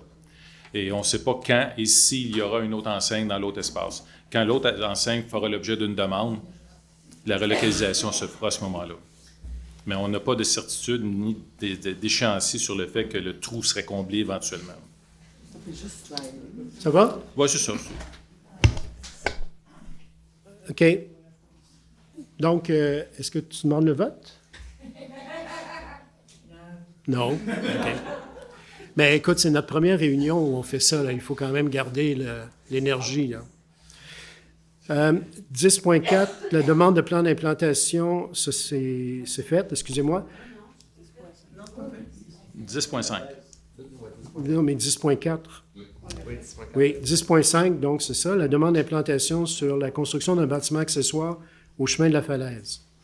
Oui, effectivement, la demande vise l'autorisation d'ériger un cabanon de 3 mètres sur 3,65 en cour avant, ce qui est une particularité. Normalement, les cabanons ne sont pas autorisés en cour avant. Au niveau zonage, il y a une exception, c'est si le bâtiment principal est situé à plus de 30 mètres de la rue, il y a possibilité à ce moment-là de mettre des remises ou des cabanons en cour avant, toujours en respectant les critères de PIA. Et dans ce cas-là, les critères de PIA ont été reconnus comme étant acceptables et le cabanon ne sera pas visible de la rue. On le voit un peu sur la photo là, que vous avez en haut.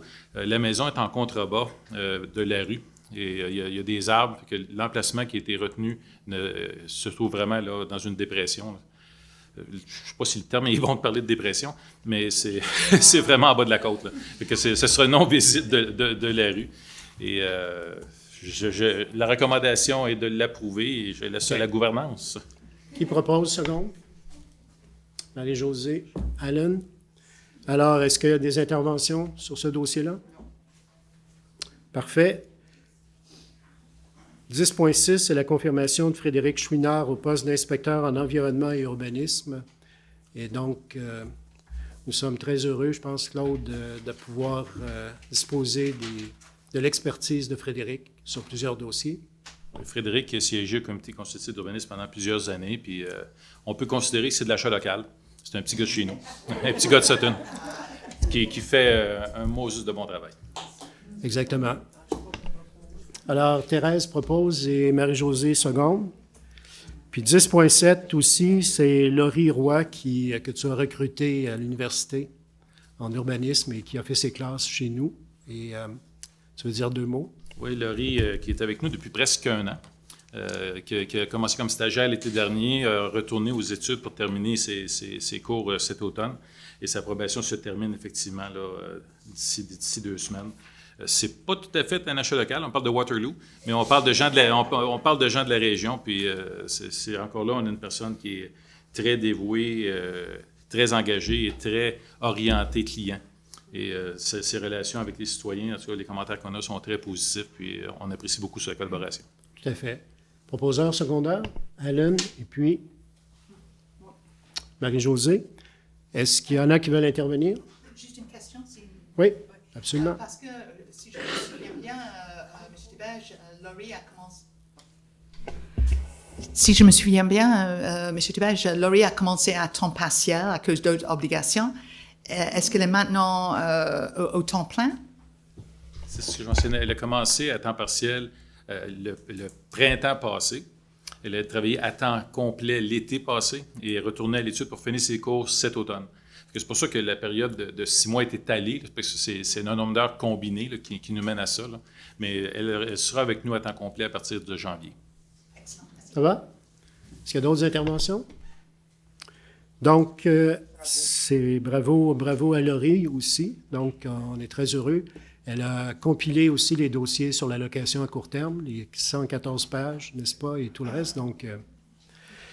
Donc, ça nous amène enfin aux travaux publics, Valentin. Alors, autorisation de paiement du décompte progressif en 11.1 sur les chemins North Sutton et Draper, c'est terminé, tout ce travail-là? Oui, effectivement, Monsieur le maire, on a terminé le chantier au mois de novembre. On a procédé à la réception provisoire des ouvrages le 22 novembre. Donc on a déjà payé un premier décompte de un peu plus de $1 million sur un contrat de presque 1,8 million. Donc là, on recommande de payer le décompte numéro 2 qui est de $539 344 et 11 sous. Et il y avait une bonne partie du budget financé par le ministère des Transports du Québec. La moitié, oui. La moitié, effectivement. Donc, qui propose seconde? Je propose. Linda et puis Alan. 11.2, c'est retiré. 11.3, c'est la pompe du puits Académie. En fait, c'est un décompte progressif également. Tu peux nous en parler un petit peu? Oui, c'est le décompte progressif numéro 7. On a beaucoup de décomptes sur ce chantier-là. La pompe elle a été changée en décembre 2021. Donc ça fait un petit moment. On a réceptionné l'ensemble de l'ouvrage parce qu'on avait dû attendre la livraison notamment de la génératrice de secours qui arrivait plus tard. Donc là, on propose de payer le décompte numéro 7 qui inclut aussi la libération de la retenue contractuelle pour la réception des ouvrages. Proposeur secondaire? Le montant, André, c'est 17 698 $. Tu ne peux pas poser des questions. Non, tu ne peux pas répondre tout de suite. Il y a une gouvernance, il viendra poser la question à la deuxième période. Donc, Thérèse, tu proposes? Et qui seconde? Carole, je pense. Carole a proposé, donc Thérèse seconde. Oui? Est-ce que tu peux parler en micro? Oui. Donc, vous avez mentionné une génératrice. Donc, est-ce qu'on a compris que c'est pas simplement, concernant la redondance, le fait qu'on a complètement changé la pompe? C'est ça? Ouais. Oui, on a... La pompe du puits, qui a aussi un redoublement, mais en plus, on a ajouté ou on a remplacé la génératrice? On l'a ajouté. OK, donc il n'y avait pas eu une génératrice? Non. Et puis maintenant, il y en a... Ça veut dire que dans les faits, quand il y avait une coupure d'électricité générale, on ne pouvait plus pomper de l'eau et on ne pouvait plus donner de l'eau au village. Là, avec ce chantier-là, on a mis 2 pompes au lieu d'une et on a mis une génératrice de secours pour pouvoir alimenter le village, même s'il n'y a plus d'électricité. Excellent, merci. Parfait. Donc, c'est approuvé. Là, après, on va donner des mandats à l'Union des municipalités du Québec, en fait, pour faire des achats regroupés, à toute fin pratique. Donc, 11.4. Oui, effectivement, on va faire un achat regroupé de pneus parce qu'on doit acheter plusieurs dizaines de pneus par année. Donc là, on va demander à l'UMQ de faire un appel d'offres regroupé, c'est-à-dire qu'il y a plusieurs municipalités qui se mettent ensemble pour obtenir des meilleurs prix pour les pneus. Proposeur secondaire? Carole et Alan. Donc, l'autre mandat, c'est l'achat de chlorure comme abat poussière. Déjà, on pense à l'été prochain. Oui, c'est le même principe. Ça veut dire qu'on se met avec d'autres municipalités pour obtenir du chlorure de calcium qu'on utilise comme abat poussière. Donc, pour le mois de mai et juin de l'année prochaine. Proposeur secondaire? Carole et Alan. l'exercice de l'option de renouvellement du contrat pour la collecte et le transport des matières organiques pour 2023, 262 000. Oui, donc la collecte du bac brun, donc des matières compostables, se fait à l'externe par une compagnie, contrairement aux 2 autres bacs. Donc on a un contrat avec GFL Environnement donc on va exercer notre option de renouvellement. C'était un contrat sur 3 ans, mais avec une option de renouvellement pour chaque année. Là, ce sera la dernière année, l'année prochaine, pour un montant de 262 184 $ et 80 sous. L'année prochaine, on repartira en appel d'offres pour renouveler ça pour 2024. Proposeur secondaire, Marie-Josée et Linda. On passe maintenant à la bonne nouvelle, là, qui est le 11.7, la signature du ministère des Transports. On a eu un espèce de cadeau de Noël vendredi dernier, je pense, à 4h moins quart, quelque chose comme ça. Une lettre de la nouvelle ministre du Transport, Mme Guilbeault, qui nous donne un montant de... Vas-y, Pascal. 1 440 000. Exactement, pour faire la rénovation, en fait, le remplacement d'un ponceau sur le chemin Réal à la hauteur de la rue Harold. Donc, c'est un projet de 3 millions approximativement, qui est subventionné à 50% par le ministère du Transport via le programme PAVL, donc Programme d'amélioration à la voirie locale. Mais à condition, Pascal, que les travaux soient faits au 31 décembre 2023. Voilà. Donc, il y a un échéancier à respecter parce que sinon on ne touche pas les fonds. Le résiduel des fonds, assurément. Donc, qui propose? Oui, qui propose seconde en partant? Oh, donc je propose. Linda et Marie-Josée, tu veux intervenir? Donc questionnement. Donc, parce que c'est un ajout et je m'excuse, je n'ai pas la résolution devant moi. Donc, est-ce que cela veut dire que l'autorisation dit que oui, on va faire ce travail d'ici la fin de l'année 2023? En fait, la résolution prévoit, donne la permission, si on veut, à l'administration de signer, l'administration et au maire, je crois, de signer l'entente avec le ministère des Transports qui, elle, contient le fait qu'on doit faire les travaux avant le 31 décembre 2023. Et ça implique, j'imagine, qu'il faut faire un règlement d'empreinte. Mais vu que c'est pour la voirie, il n'y a pas de processus de vote par les personnes habiles à voter, comme c'est un règlement d'emprunt pour la voirie. Et en plus, que c'est subventionné à 50%, donc il n'y a pas le processus d'opposition au règlement d'emprunt. Ça va? Est-ce qu'il y a d'autres interventions? Donc, c'est réglé. 12.1, c'est l'autorisation de gérer le service d'authentification du gouvernement du Québec, Revenu Québec, Jonathan. Donc, un peu comme le mois passé, vous m'avez autorisé à gérer le service Clic Secure. Revenu Québec fait partie des Clic Secure, mais ils veulent une résolution spécifique, distincte, avec d'autres mots. Donc, c'est la même chose, mais pas pareil. C'est une belle façon de présenter ça. C'est Revenu Québec, hein, vous savez. Donc... OK. Qui propose seconde? Thérèse et... Ça me prend quelqu'un pour seconder. Linda. 12.2, c'est le renouvellement de l'entente pour le support d'enseigne qui appartient à la ville sur le terrain aux 2 principales sud. Oui, donc au coin de Maple et de Principal, la pancarte qui est sur sud-est, donc où est-ce que le magasin de linge, le bâtiment appartient à M. Camille. Et donc, c'est de renouveler l'entente qu'on avait signée il y a 5 ans avec lui aux mêmes termes et mêmes conditions pour les 5 prochaines années. Proposeur secondaire? J'ai pas personne. OK.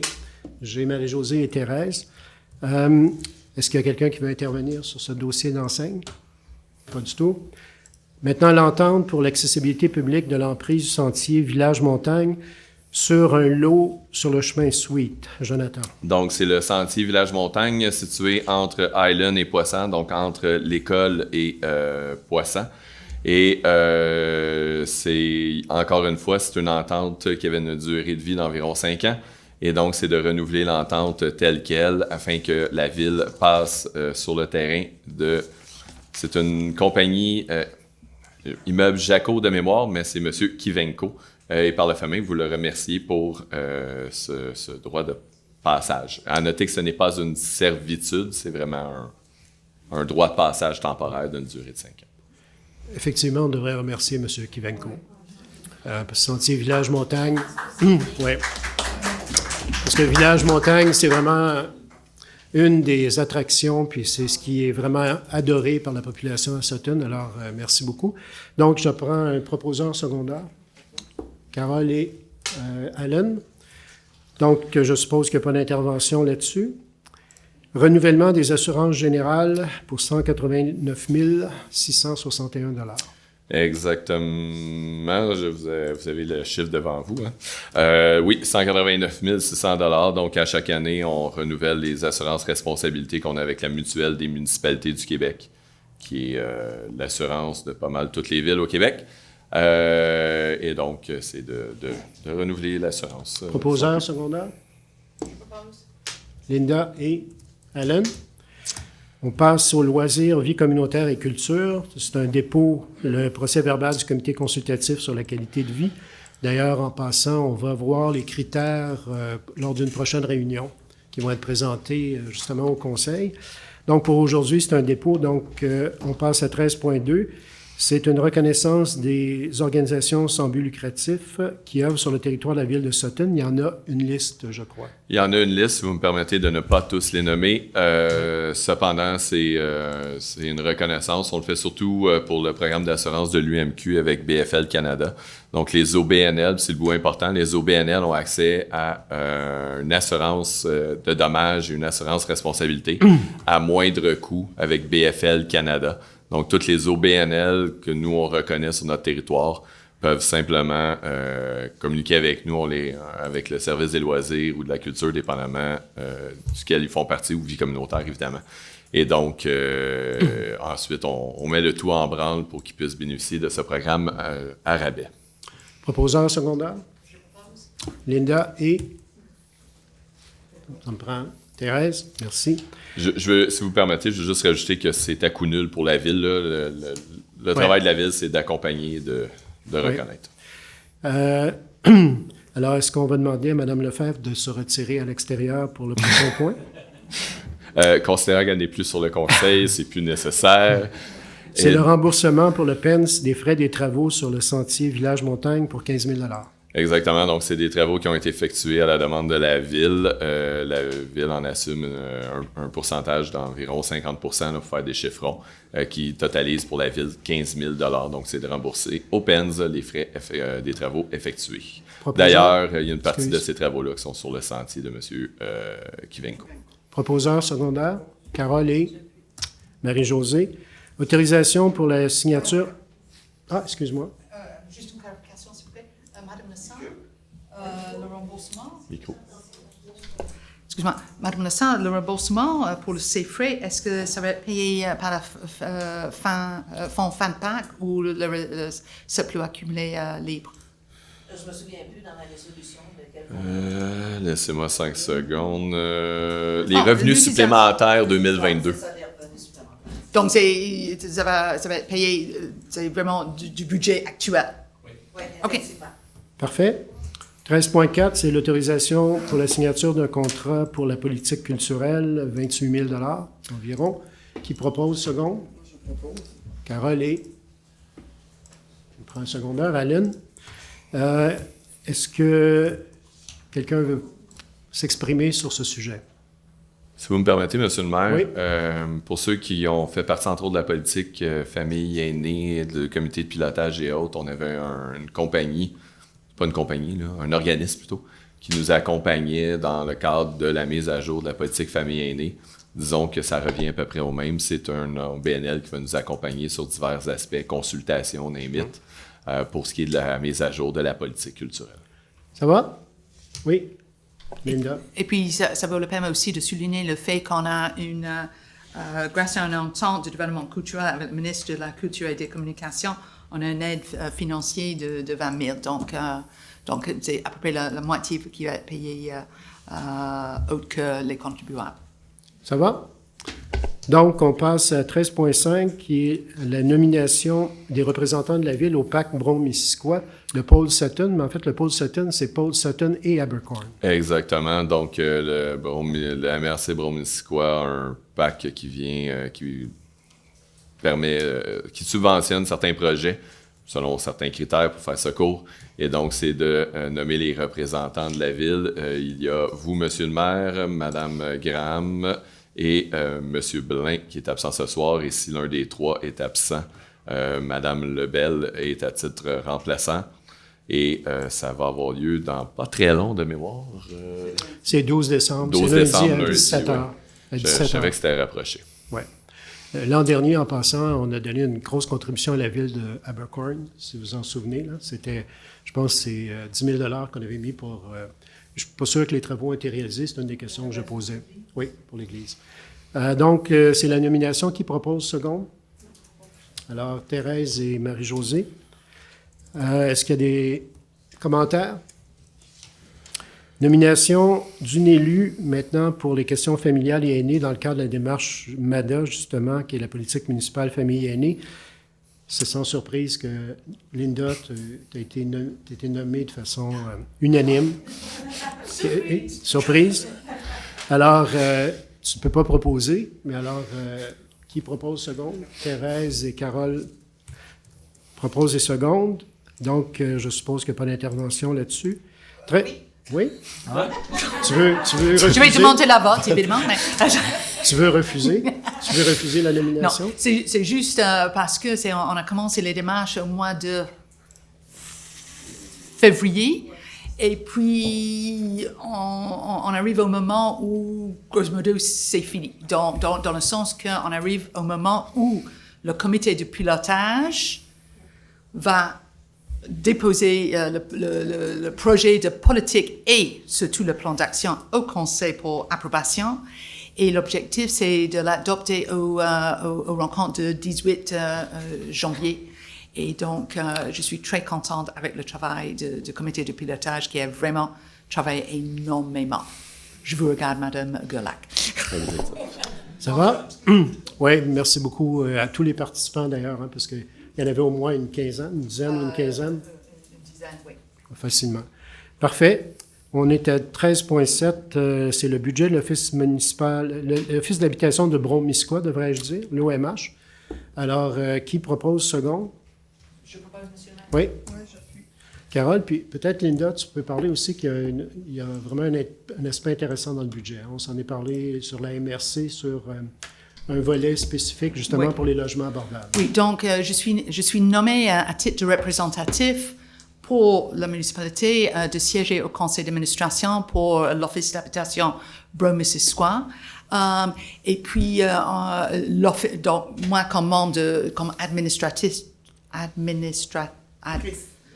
membre du conseil d'administration, on a présenté un projet au MRC qui s'appelle le SARL. Je me souviens pas c'est quoi exactement l'acronyme, mais le but c'est de créer vraiment un accompagnement pour toutes les personnes à travers le MRC qui cherchent le logement.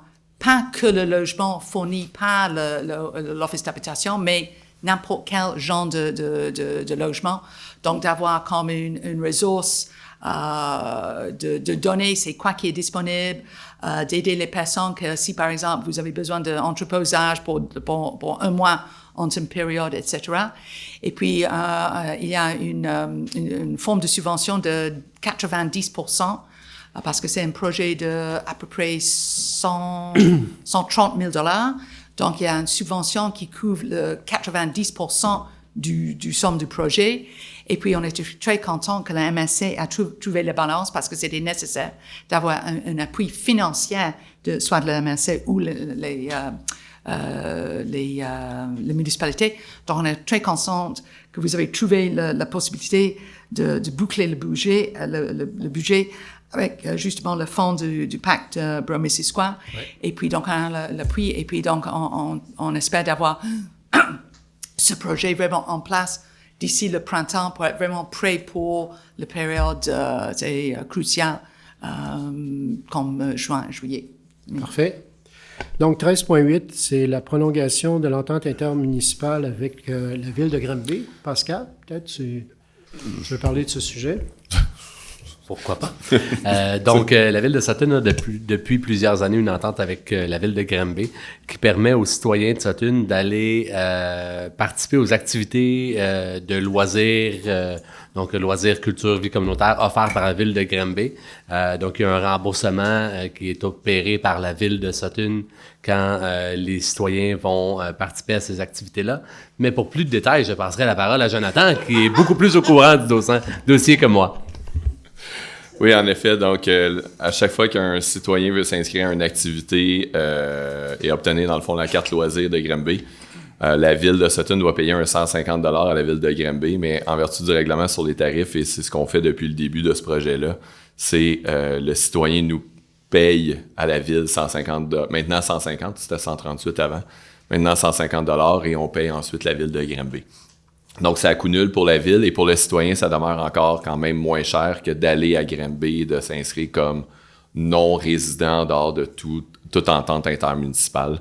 Il bénéficie quand même d'un rabais. Parfait. Oui, Thérèse. Et je me permets d'ajouter pour les personnes intéressées au pickleball, ça va s'appliquer dans le cas du pickleball. Parfait. Donc, on a proposé un secondaire là-dessus. Hein? Non? Ah, bon. Alors, qui propose seconde? Linda et Alan. On va passer rapidement, puis très rapidement, sur la sécurité publique, l'embauche d'auxiliaires pompiers. Jonathan? Ou... Oui, si vous voulez. Donc, c'est d'embaucher 4 auxiliaires pompiers en formation. Leur nom, c'est... Désolé. Isaiah Hadji. Isaiah Hadji. Bon, je m'excuse d'avance.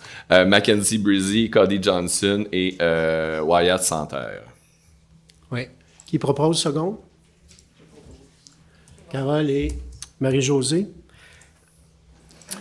Sans entrer dans les détails, je veux juste dire que je pense que Pascal m'a parlé d'un incident absolument épouvantable qui est arrivé récemment, dans lequel les pompiers doivent affronter des situations absolument épouvantables, terribles, sur le plan émotif et avec des gens qui sont blessés puis qui sont presque à l'article de la mort au bout de la ligne.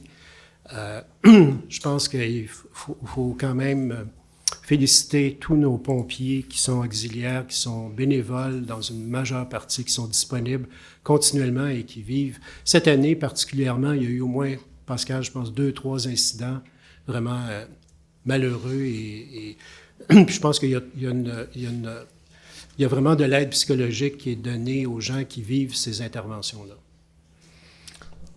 On a dû effectivement cette année faire appel au programme de la Vigile à 3 reprises là, pour des événements des événements dramatiques à un ou un autre niveau, mais quand même des événements dramatiques et possiblement traumatiques pour notre personnel. Donc oui, donc on peut effectivement féliciter et remercier l'ensemble des pompiers, mais je voudrais aussi féliciter et remercier l'ensemble des premiers répondants aussi. Donc on a certains premiers répondants qui ne sont pas pompiers, donc il faut aussi les remercier et ne pas les oublier. Donc on travaille très fort avec la Vigile pour s'assurer de la santé mentale de nos troupes. Effectivement, les premiers répondants travaillent en équipe avec les pompiers justement pour intervenir le plus rapidement possible dans des situations assez dramatiques. Est-ce qu'on a proposé secondaire? Oui, on est rendu à 14.2. J'ai été emporté par l'émotion. Embauche d'un pompier d'un premier répondant? Oui, donc c'est M. Patrick Champagne qui a déjà sa formation de pompier 1 et qui a déjà sa formation de premier répondant, donc de l'embaucher à titre de pompier de premier répondant à compter du 5 décembre. Proposeur secondaire? Oui, secondaire. Marie-Josée. La démission d'un pompier, maintenant? Oui, nous avons un pompier qui doit nous quitter. Il travaillait pour nous surtout en lien avec son travail déménageant. On parle de M. Ghislain Bazinet. Donc, il remet sa démission à titre de pompier. Il travaillait pour nous depuis 2009. On devrait le remercier. Il est remercié officiellement dans la résolution. Parfait. Alors, proposeur secondaire? Carole et... J'ai besoin d'un secondaire? Ah, je ne te voyais pas, Linda. Excuse-moi. Donc, on passe à la correspondance. Il manque 14.4, qui est la démission d'un pompier, mais à titre d'officier. Donc, c'est M. Éric Giroir, qui est un officier actuellement. Il démissionne comme officier, mais demeure comme pompier. Dans son cas, il est quand même pompier depuis 1999. Oui. On le remercie pas, il démissionne pas. Ouais. On le remercie directement. Oui, Oui, de rester. exactement. Vous avez Exactement. compris. Proposeur Donc, secondaire, Linda, tu proposes. Alors, j'ai besoin d'un secondaire, Marie-Josée. Ça nous amène à la correspondance et l'entente entre la lettre que j'ai reçue de la ministre. exact. C'est le dépôt de la lettre en question de Et la c'est un- subvention c'est un dépôt. d'1,4. Alors, le chronomètre, Jonathan. Voilà.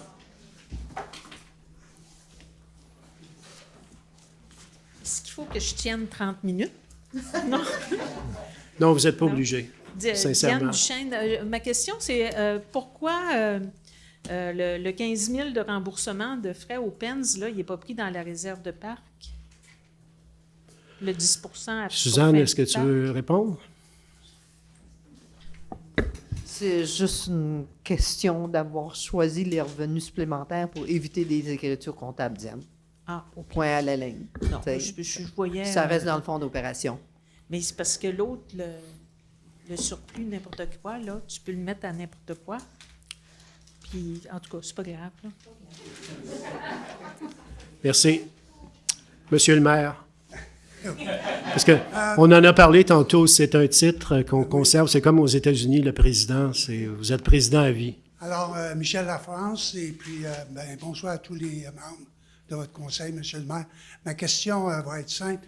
Est-ce que votre administration a l'intention de réorganiser la corporation ou restructurer la corporation de développement économique de Sutton?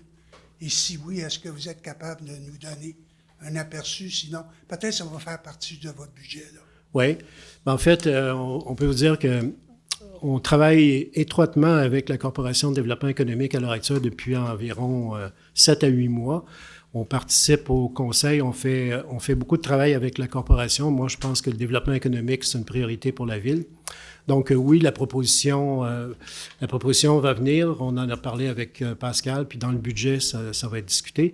Mais on veut garder aussi la coquille juridique de la Corporation de développement économique. C'est important, justement, quand on fait des demandes de subventions ou quoi que ce soit, d'avoir une coquille dans laquelle, à un moment donné, on peut gérer un certain nombre de projets où ce n'est pas vraiment la responsabilité de la ville comme telle. Donc, on travaille sur un projet de tourisme à l'heure actuelle, puis avec la corporation, puis c'est la corporation. Si on avait une demande, si on obtenait une subvention importante, c'est la corporation qui continuerait à la gérer, même si, par exemple, la corporation était fusionnée dans la ville. Donc, les deux, on veut garder quand même la souplesse organisationnelle d'avoir une coquille qui nous permet de faire justement ce type de demande-là. Alors, merci. Oui.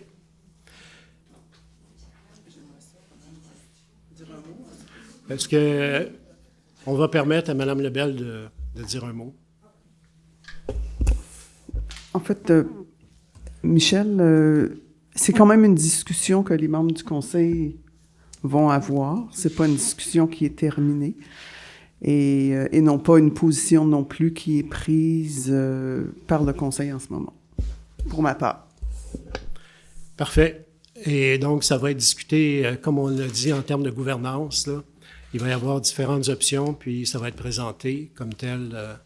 Mais c'est sûr que la volonté, indépendamment de la structure, la volonté de la Ville de Sutton, quant à moi, c'est de travailler au développement économique de la Ville. Clairement. Oui.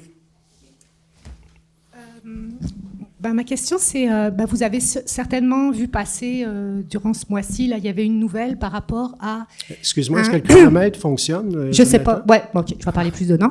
Donc, ça a fait, en tout cas pas la première page, mais en tout cas, c'était étalé dans la presse, là, un monsieur qui doit beaucoup d'argent au gouvernement du Québec et qui doit aussi beaucoup d'argent, un peu moins, mais quand même pas mal d'argent au gouvernement du Canada, et qui possède un certain nombre de propriétés à Sutton, puis qui, je sais, cause des soucis au département d'urbanisme. En tout cas, il en causait antérieurement, là. Donc, j'avais deux questions. La première, c'est, donc, il y a une des propriétés, un des projets d'une des filiales de ce monsieur, qui n'est pas complété. Il y a des fondations avec du foin dessus. C'est quoi qui se passe? Ça, c'est la première question. On va commencer par la première. On va commencer par la première. Commencer par la première. Oui. Claude ou Pascal, un des deux? En fait, effectivement, donc la dite compagnie a un permis pour son projet. Le projet est en cours présentement. Il y a eu certains arrêts de travaux qui ont été faits par différentes personnes.